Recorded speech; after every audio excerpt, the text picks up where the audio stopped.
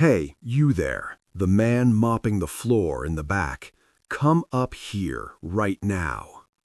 Lennox Sterling's voice sliced through the Orpheum Theater like a blade cutting silk.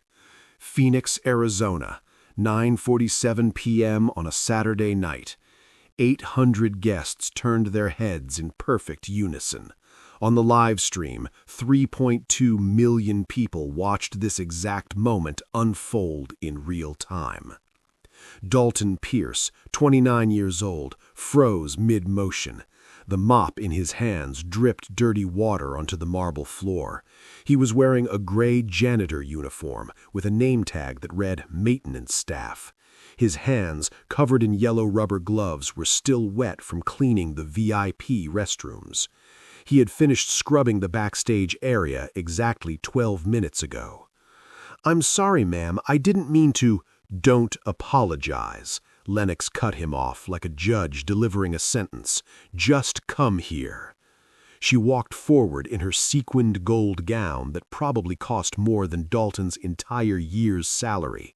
She grabbed his arm, not gently, and pulled him straight into the center of the stage lights as if dragging evidence into a courtroom. "Let everyone see," Lennox said, her voice dripping with fake sweetness that made the words even crueler. "Whether you can actually sing or whether you're just wasting oxygen in my theater." Then Lennox turned to her 8-piece band and snapped her fingers the way someone would summon a waiter. "Play Skyline for him." She smiled, but it wasn't kind. It was the smile of a predator cornering prey.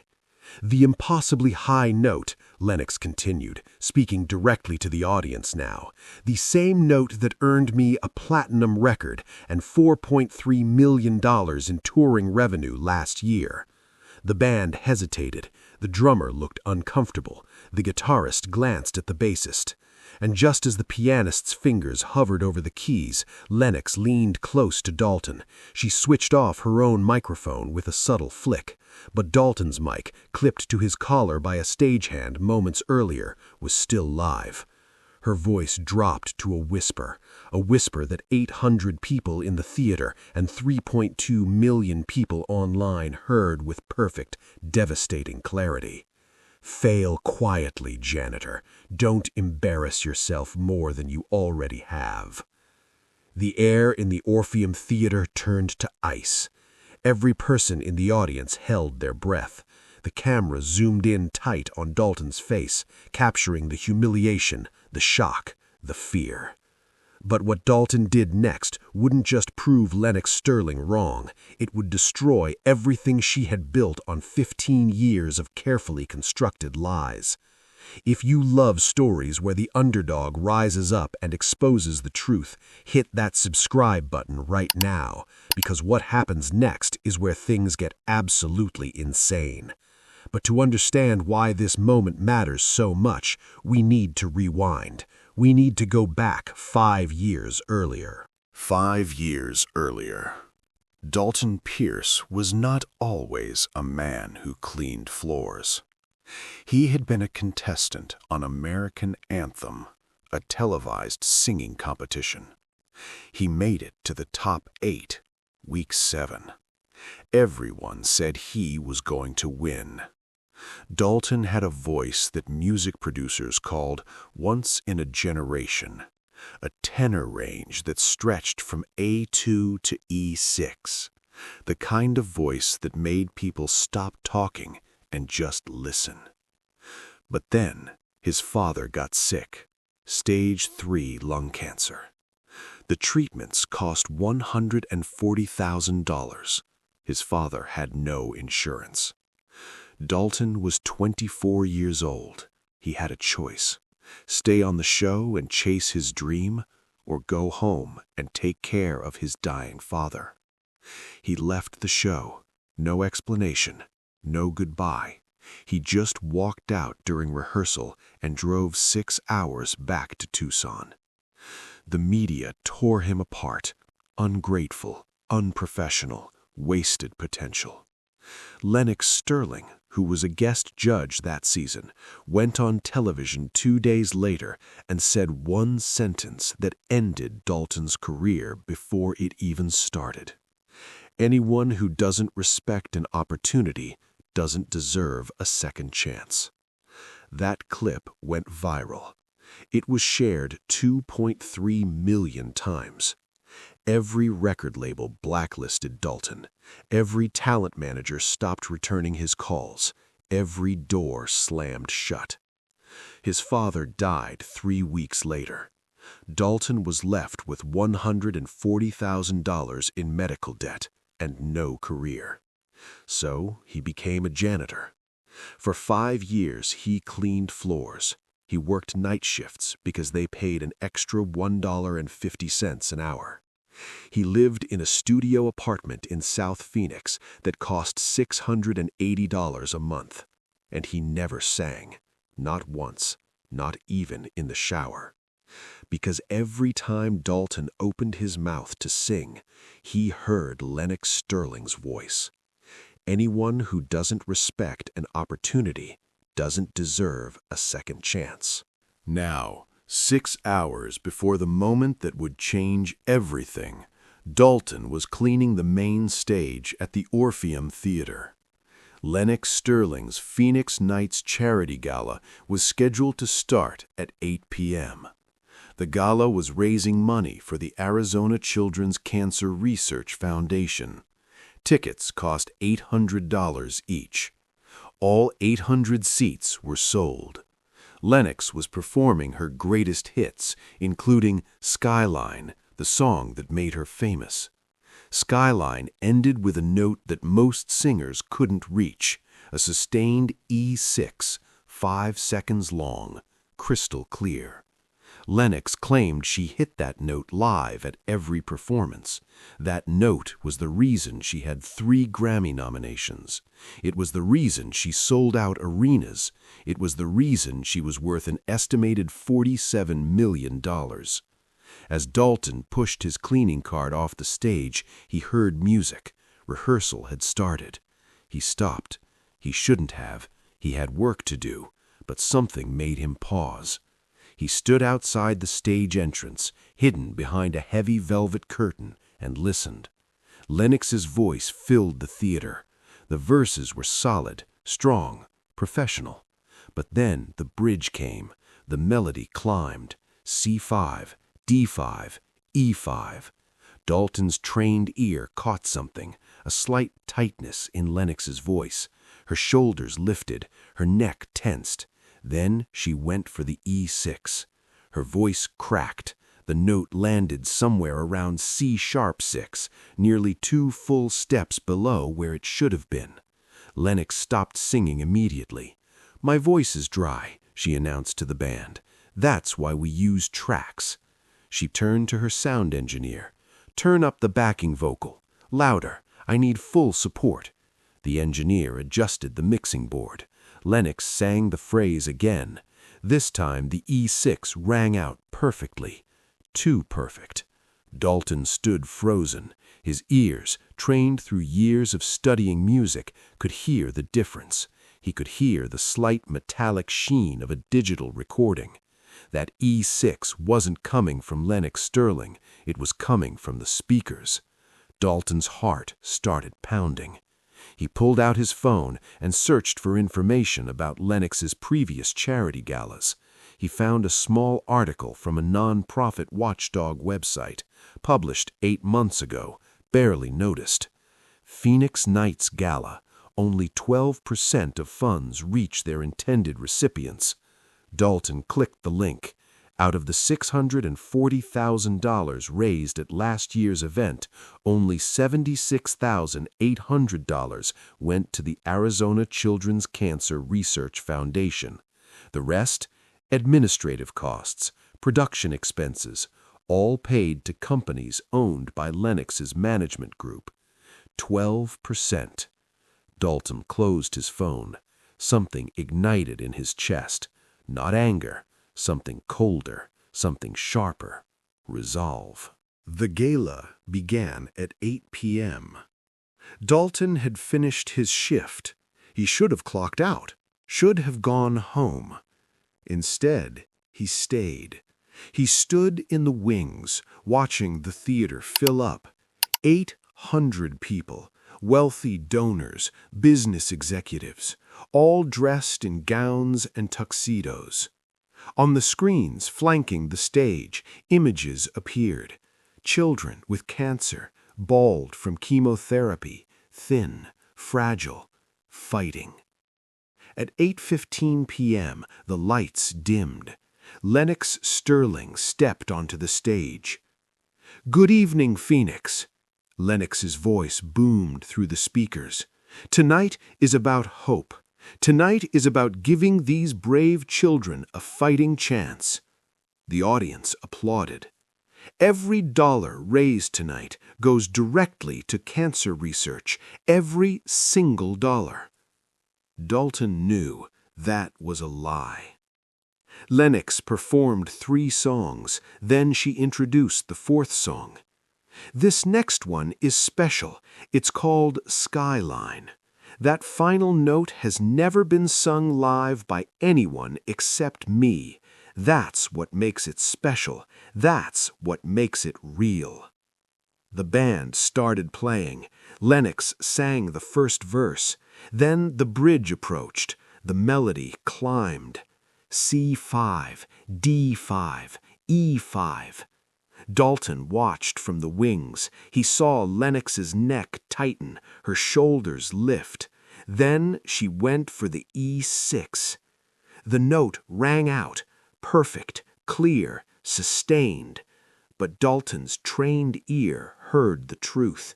That note was coming from the backing track, not from Lennox. The audience erupted in applause. They didn't notice. And Dalton knew he couldn't stay silent for one more second. He stepped out of the wings. No plan, no script, just a man who had been invisible for 5 years, making a decision that would change everything. Lennox saw him immediately. She recognized him, the janitor, the man who had walked away from American Anthem. A cold smile spread across her face. This was an opportunity to humiliate someone and make herself look better. "Ladies and gentlemen," Lennox said into her microphone, "we have a surprise guest." The lights swiveled. 800 heads turned. 3.2 million people online, focused on Dalton. "Dalton Pierce. Some of you might remember him from American Anthem 5 years ago. So much potential." She paused, letting the word hang in the air like a noose. "And now look," she continued, gesturing at his outfit, "cleaning up after successful people. How touching." A few cruel laughs rippled through the audience. "Come up here, Dalton. Sing for us." Dalton walked onto the stage. Each step felt like walking through concrete. Lennox handed him a microphone. "Don't be nervous. Just do your best." Before Dalton could speak, Lennox turned to the band. "Play Skyline for him." And that's when Lennox leaned in close and whispered the words that everyone heard. "Fail quietly, janitor. Don't embarrass yourself more than you already have." But her microphone was off.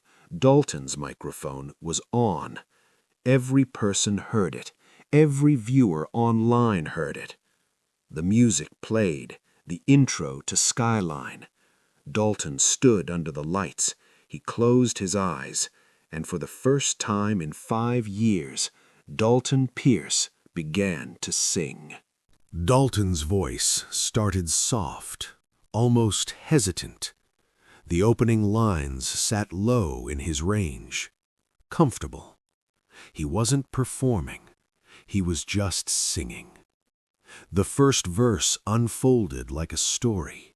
His tone was warm, human, raw in a way that Lennox's polished performance had never been.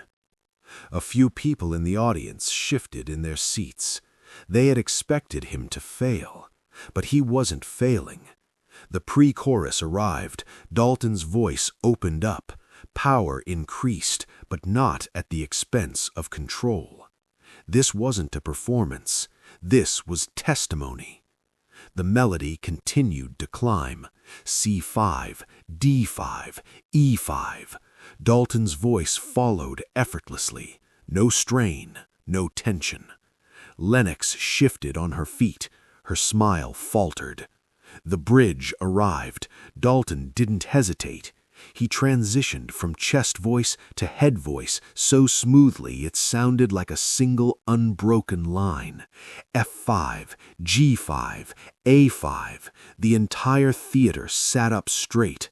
Then Dalton reached for the E6, the note that defined Lennox Sterling's career. Dalton hit it, clean, pure, crystalline. He held it for 6 full seconds, longer than Lennox's backing track. The sound filled every corner of the theater. It wasn't just technically perfect, it was beautiful. Some people in the front row gasped. Others had tears streaming down their faces. But Dalton wasn't done. He pushed higher. F6, G6, a range that even Lennox's studio recordings had never touched. Then he brought the voice back down, controlled descent, G6 to E6, E6 to C6, C6 to A5, every transition seamless. He finished the bridge and moved into the final chorus. His voice was fully open now. No hiding, no fear, just truth. When the final word faded into silence, nobody moved. Then the theater exploded. All 800 people leapt to their feet. The applause was deafening. Phones were raised, recording every second. The live stream went nuclear. Within 30 seconds, 80,000 shares. Within a minute, Dalton Pierce was trending #1 globally. Dalton stood under the lights, breathing hard. Lennox Sterling looked like she had been struck by lightning. Her face was pale. From the front row, a man stood up, Jasper Thorne, a legendary music producer. He was crying. "That," Jasper said, his voice shaking, "is the greatest live vocal performance I have heard in 30 years. The applause grew louder. A woman in the balcony shouted, "He's better than you, Lennox!" Lennox's face twisted. She grabbed Dalton's arm. "That's enough!" But Dalton pulled away. He turned to the audience, to the cameras. "I need to say something," Dalton said. "This is my show," Lennox tried to cut him off. "The note you just heard me sing, Lennox Sterling cannot sing it." The theater fell silent. "During rehearsal today, I heard her practice. She cracked at C#6, nearly 2 full steps below the target." Gasps rippled through the audience. "That's a lie!" Lennox shouted. "The E6 in her performance tonight came from a backing track. I heard it. Anyone with trained ears can hear the difference. It's digital. It's pre-recorded. It's not her voice." The audience erupted into chaos. "This is insane," Lennox's voice cracked. "You're trying to destroy me because your career failed." "My career failed because you destroyed it," Dalton said quietly. "You went on television 5 years ago and called me unprofessional. You told the world I didn't deserve a second chance. Because you walked away." "Because my father was dying," Dalton finally rose. "He had cancer, stage 3, no insurance. I left the show to take care of him because he was more important than fame, and you punished me for it." The theater was dead silent. "You ruined my life because I chose family over career. And now you're standing on this stage lying to these people, taking their money and pretending to help children when only 12% of the funds you raise actually reach them." Lennox's face went from pale to red. "How dare you?" "It's public record," Dalton said.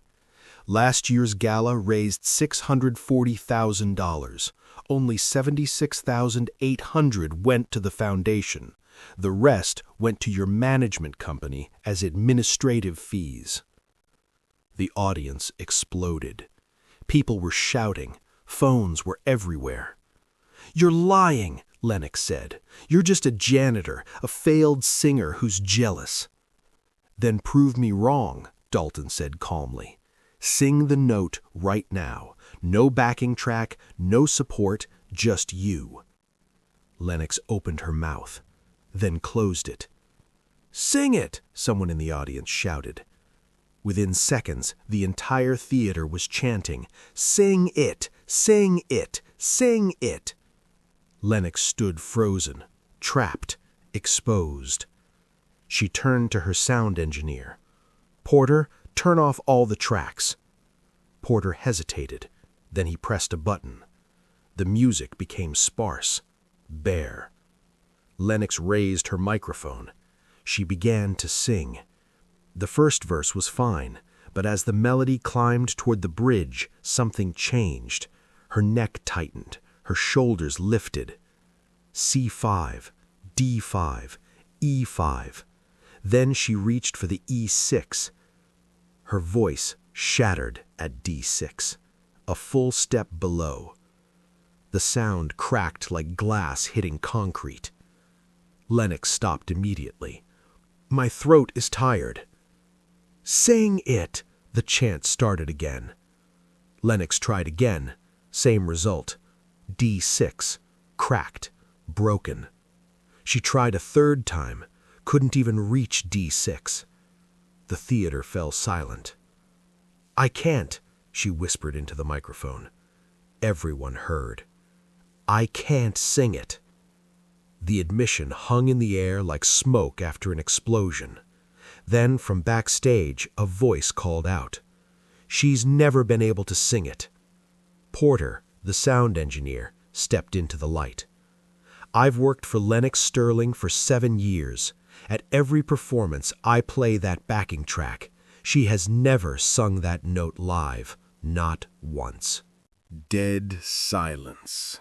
The studio recording uses a session singer named Autumn Reeves from Nashville.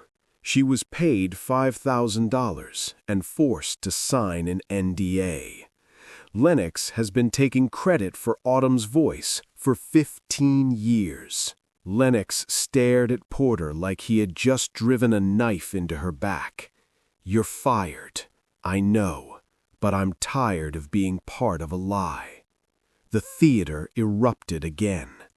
If you're feeling this story right in your chest, hit that like button and tell me in the comments, where are you watching this from? Because stories like this prove that truth matters everywhere. Within 5 minutes, Lennox Sterling's career began to collapse in real time. Her Wikipedia page was edited. News sites posted headlines. 3 major sponsors pulled their partnerships within 10 minutes. Lennox stood on stage, surrounded by cameras, reporters, chaos. She looked at Dalton. "You'll regret this. You and your family. I promise you'll never work in this city again." The threat was recorded, broadcast, witnessed by millions. But Dalton wasn't afraid anymore. "I don't work in the music industry," Dalton said quietly. "I clean floors, and you can't take that from me." He paused. "But maybe it's time someone took something from you." The theater erupted one final time. Lennox turned and walked off stage. Security surrounded her, not to protect her, to escort her out.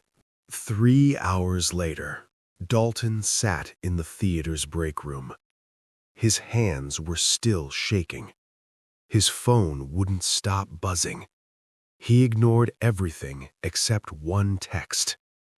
"Ivy saw you on the stream. She's asking if you're famous now." Ivy, his 6-year-old daughter. The reason he worked 2 jobs. The reason he had stayed invisible for 5 years. Dalton smiled despite everything. Then his phone rang. A local number. Mr. Pierce, my name is Camden Brooks. I'm an attorney. I'd like to represent you. Pro bono. For what? Lennox Sterling is going to come after you. Defamation. Slander. We need to be ready. I don't have money for a lawyer. That's why I said pro bono. No cost. Because what you did tonight was right. Why would you do that? Because my daughter has leukemia. She's 7. Her treatment is being funded partially by grants from the Arizona Children's Cancer Research Foundation. If only 12% of donations are reaching these kids, my daughter and hundreds like her are being cheated. So I want to help you. Dalton felt tears burn his eyes. Okay. Thank you. The next morning, Dalton awoke to chaos. His phone had 847 unread messages. By noon, Lennox's legal team had filed a $15 million defamation lawsuit, not just against Dalton, against Porter, against Jasper Thorne, against the Orpheum Theater. $15 million. Dalton stared at the legal documents delivered to his door. Camden called. Don't panic. This is a SLAPP suit, strategic lawsuit against public participation. It's designed to silence you. Will it work? Not if we fight back. That afternoon, Camden held a press conference with Dalton beside him. Lennox Sterling has filed a frivolous lawsuit intended to silence truthful speech, Camden announced. We will not only fight this lawsuit, we will countersue for fraud, false advertising, and breach of contract with ticket buyers. Dalton stepped up to the microphones. I didn't do this for revenge. I did it because children are suffering and someone was profiting from their pain while lying about helping them. If telling the truth costs me everything, that's fine, but I won't stay silent while sick kids are being cheated. The clip went viral, 4 million views in 3 hours. 2 days later, Autumn Reeves, the session singer from Nashville, posted a video. My name is Autumn Reeves, she said directly to the camera, and Dalton Pierce is telling the truth. I sang the high notes on Lennox Sterling's album. I was paid $5,000 per song and forced to sign an NDA. She held up contracts. Lennox Sterling has built her career on my voice, and she made me disappear. The video exploded. Within 3 hours, 6 more session singers came forward, each with contracts, each with proof. By the end of the day, Lennox Sterling's career was over. Her record label dropped her. Her Las Vegas residency was canceled. Her Grammy nominations were revoked. The Arizona Attorney General opened a criminal investigation into charity fraud. 1 week later, Dalton's phone rang. Jasper Thorne. Dalton, I want to offer you a recording contract. Dalton's heart stopped. What? What you did on that stage was the best raw talent I've ever heard. I've worked with the greatest voices of our generation, and you're one of them. I'm a janitor. You're a father who sacrificed his dream to take care of his family. That doesn't make you less of an artist. It makes you more of a man. I can't move to LA. I have my daughter. I'm not asking you to move. We'll build the studio around you. You'll record in Phoenix, work on your schedule. You'll maintain full creative control, and you'll keep 80% of all revenue. Dalton couldn't speak.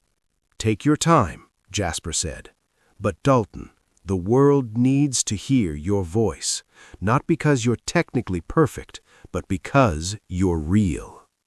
6 months later, Dalton stood on the stage of the Orpheum Theater once again, but this time he wasn't wearing a janitor's uniform.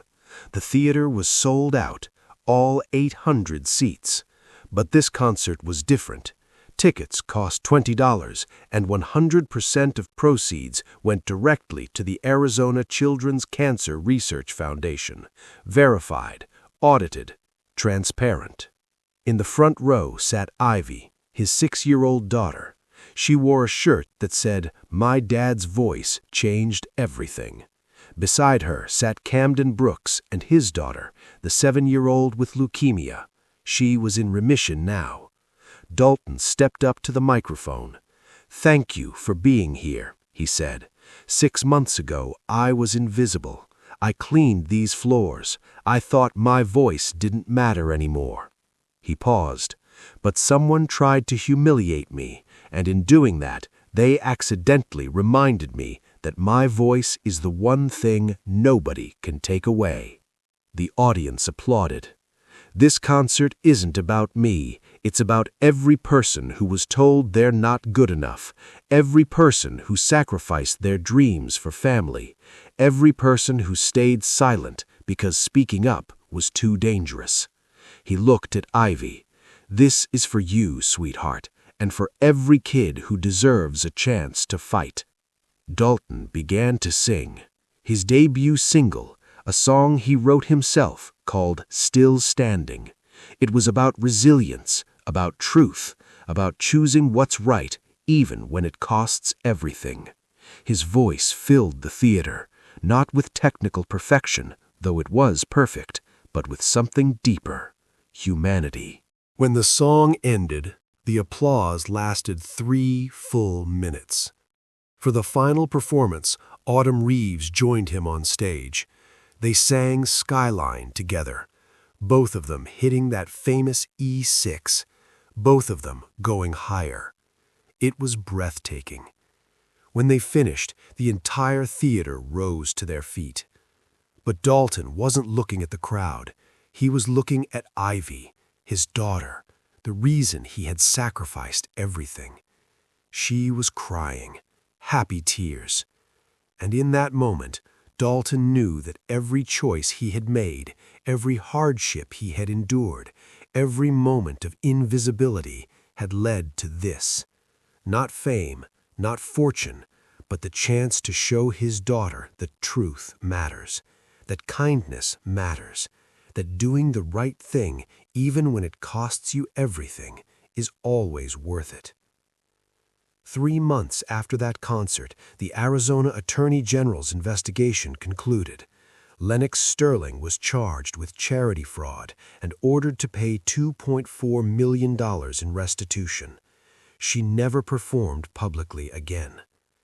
The Arizona Children's Cancer Research Foundation received full funding for the next 5 years. Camden's daughter and 200 other children received the treatments they needed. Dalton's album went platinum. He toured the country, but he never moved away from Phoenix. He never missed a single one of Ivy's school events. And every night before he went to sleep, Dalton remembered that moment on stage when he was just a janitor with a mop, when someone tried to destroy him, and when his voice, the voice they tried to silence, became the voice that changed everything. If this story moved you, if it reminded you that one person can make a difference, hit that subscribe button right now. We share stories like this every week, stories about real people, real courage, real change. And before you go, tell us in the comments, have you ever stood up for the truth when it cost you something? Because every voice matters, yours included. See you in the next video.